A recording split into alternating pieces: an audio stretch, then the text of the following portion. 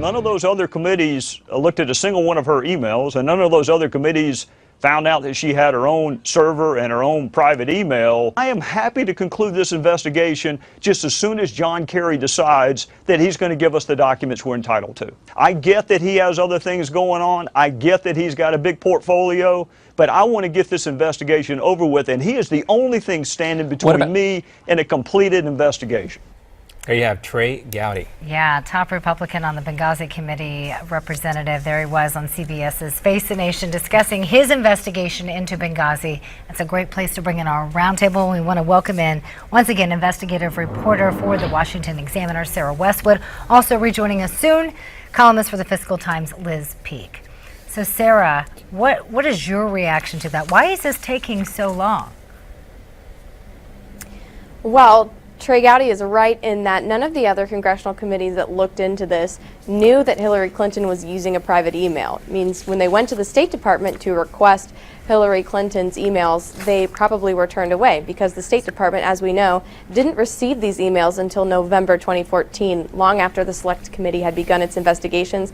This opens up a whole new avenue for investigation because we don't know what Hillary Clinton herself was doing or saying that night, and Gowdy's hope, I'm sure, was that these private emails could provide some insight into that. Well, Sarah, we saw Trey Gowdy there. He's, dealing with these issues. We had that incident where behind that closed door session where Daryl Isis showed up and wanted to come inside. You talked about the infighting going on within the committee. Does Trey Gowdy still have the confidence of the committee and of Congress to make sure this doesn't become an even bigger spectacle of personalities? Well, Gowdy has earned a lot of praise for his handling of the probe so far. Keep in mind that it's been going on for more than a year and has stayed largely out of the spotlight because they've quietly been conducting interviews, poring over the documents that the State Department did provide up to this point.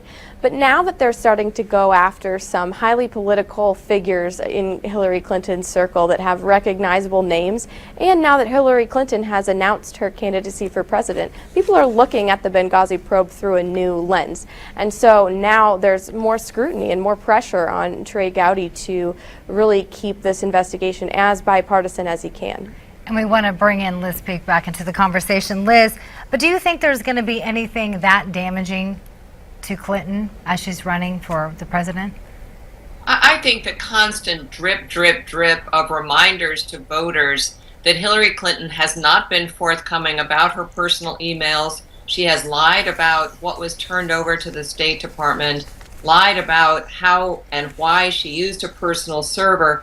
Look, this cannot help her because already voters don't trust Hillary, and every time they see a new piece of information or a reminder of all these problems that erupted earlier in her campaign, they're just going to be, those concerns are going to be reinforced. So, look, the Democrats have from the start wanted to scuttle the Gowdy investigation, pretend that there's nothing there.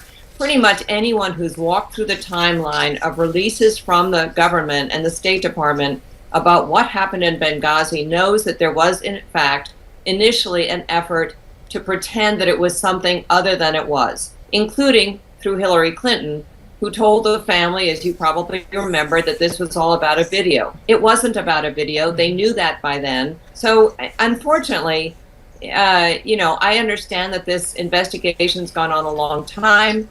There are people like Elijah Cummings and others who on the committee who wanted to maintain that there's nothing there. There is something there. And I don't know if people really want to continue the investigation sort of ad nauseum, but I cannot help think that this is not beneficial to Hillary Clinton for sure.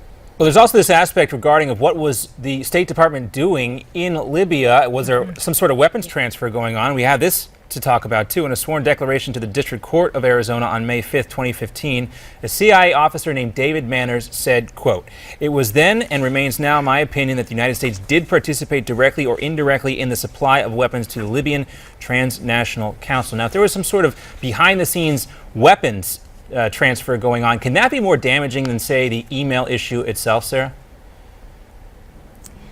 Certainly that's where the investigation is heading. Liz is right in that one of the most inflammatory findings of the congressional probe so far has been the fact that the public-facing aspect of the State Department tried to spin this as a spontaneous reaction to a video clip. But now that we're moving on beyond that and we're starting to dissect the root causes of this attack, the security failures that were ignored by the State Department, and perhaps these weapons transfers that were going on behind closed doors to the Libyan rebels, and by some documentation that has begun to come out, perhaps to other rebel groups in the area that the United States didn't really understand. This is obviously something the government wouldn't want to come out. It's something that could very well damage Hillary Clinton's credibility, and Democrats on that committee have every reason to try to protect their party's standard bearer if they're aware of where this investigation is heading. All right, more to talk about involving Hillary Clinton. We'll be right back with Sarah Westwood and Liz Peek sticking around for our roundtable. We're going to talk a little bit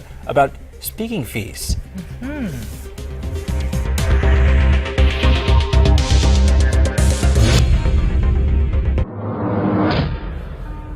And we welcome you back in for part 2 of our roundtable. Columnist for the Fiscal Times, Liz Peek, and investigative reporter for the Washington Examiner, Sarah Westwood, back with us. I want to talk a little bit more about Hillary Clinton and the Clinton family. USA Today reporting the 2016 presidential candidate, Hillary Clinton, and her steep speaker fee of $275,000 led to a school to pursue a less expensive alternative. Her daughter at $65,000. Chelsea's speaker fee was still high, but tickets sold out quickly. Liz, this gives Hillary Clinton a very unique advantage when it comes to the stump. She can send out Bill, and she can also send out Chelsea, who, based on that amount of money she can command, demands a lot of respect from the audiences she speaks to.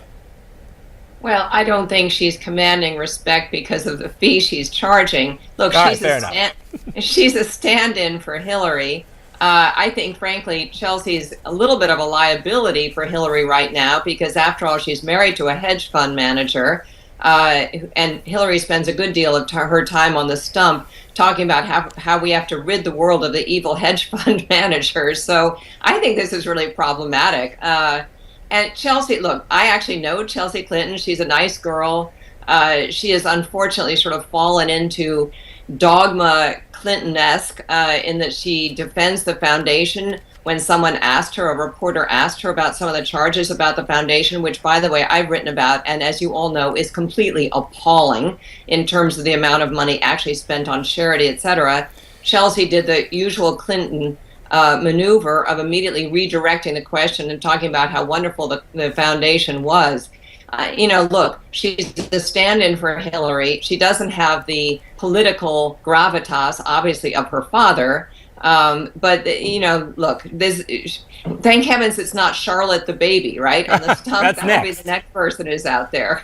That's next. And to be fair, Hillary Clinton talking about her son-in-law, a lot of mother-in-laws probably talk about their son-in-laws like that. Just kidding. Yeah. So Sarah, I want you to weigh in on this. So do you agree with Liz? Do you think that Chelsea's kind of more of a liability? Well, the whole idea that the Clintons can command more for an hour of their time than most Americans make in an entire year is a liability for her campaign, because she's trying to create this image that she's going to be a champion for the everyday American.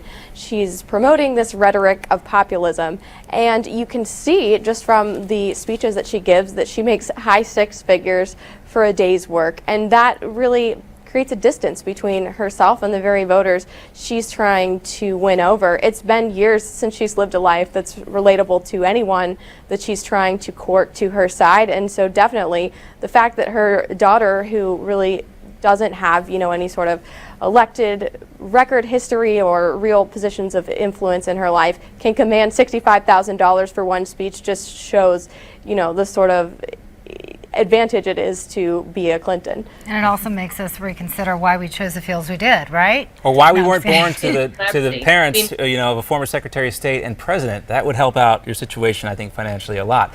Just for comparison, though, let's take a look at some other high-profile figures who do command a lot of money when they're out there giving these speeches. Former President Bill Clinton, he gets over $226,000 on average. We know he's received more than that. Ben Bernanke, $200,000. Al Gore, $175,000. Now look at the women, though, in this graph, and this takes us in a different topic here. You see Condoleezza Rice, $150,000. Katie Couric, $110,000. That one surprised me. Sarah Palin getting $100,000. So there are folks out there that can command a lot of money on these speaking Yeah, they're circuits. male. But also, folks, let's face it, there's a celebrity issue here too, course. right? Kim Kardashian makes lots of money and we don't think she really deserves it, but whatever. I mean, she's a celebrity. Americans are hooked on celebrity. And so Chelsea has a big name, last name particularly. And, the one thing I'd like to kind of further say is, the government is investigating the whole idea of hiring the princelings in China. And honestly, isn't there a parallel here? I mean, people courting Hillary Clinton have been known to stoop so low as to court her husband and maybe also her daughter. The same thing that's happened in China. If you really want to have access to power in China, you go through the kids. So, I mean, look, it pays to be born in the right place, let's face it. But let me get back to what Sarah brought up, and you brought this up so many times, John, about her relatability. Do you think that's going to be a huge issue for Clinton, Liz?